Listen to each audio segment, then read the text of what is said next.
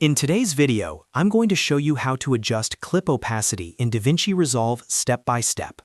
This is a super useful skill if you want to create overlays, make a clip more transparent, blend two layers together, or build smooth fade effects without needing complicated edits. If this tutorial helps you out, make sure to hit like and subscribe for more easy DaVinci Resolve guides. Now, let's jump in. First, go to your timeline and click on the video clip you want to adjust. When the clip is selected, you'll see it highlighted with a red border. That red outline is important because it tells DaVinci Resolve exactly which clip you're working on.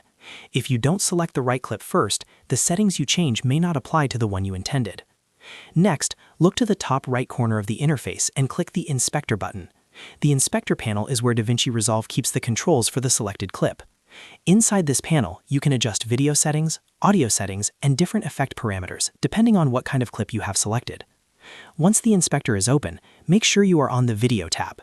This is where all the visual controls for your clip are located. After that, scroll down until you find the Composite section. The Composite area controls how your clip blends visually with whatever is underneath it on the timeline. Now look for the Opacity slider. By default, opacity is usually set to 100.00, which means the clip is fully visible. At 100%, the video appears normal and completely solid. If you lower this value, the clip becomes more transparent, allowing the layers below it to show through. This is especially helpful when you want to create picture-in-picture styles, overlays, or soft visual transitions. To change the opacity, click and drag the slider to the left. You can also hover over the number value and drag to reduce it more precisely. As you lower the opacity, you'll see the clip becoming less visible in real time. If you set it low enough, you can even reveal the black background or other video tracks underneath. If you want the opacity to change over time, DaVinci Resolve makes that easy with keyframes. To create a keyframe, click the diamond icon to the right of the opacity slider while the playhead is sitting at the point where you want the change to begin. That first keyframe tells Resolve to remember the current opacity value at that moment in the clip. Then move the playhead to a different point in the clip. At this new position, adjust the opacity slider again. When you do that, DaVinci Resolve automatically creates another keyframe.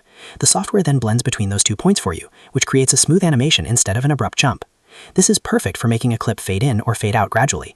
For example, you can start at full opacity and then lower it halfway through the clip, or begin with a transparent image and gradually make it fully visible.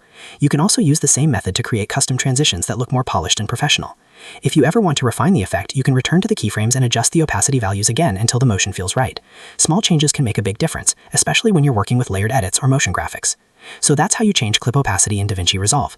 It only takes a few clicks once you know where to look, and it gives you a lot more control over how your footage blends together. If this video helped you, please give it a like, subscribe to the channel, and turn on notifications so you don't miss the next DaVinci Resolve tutorial. Thanks for watching, and I'll see you in the next one.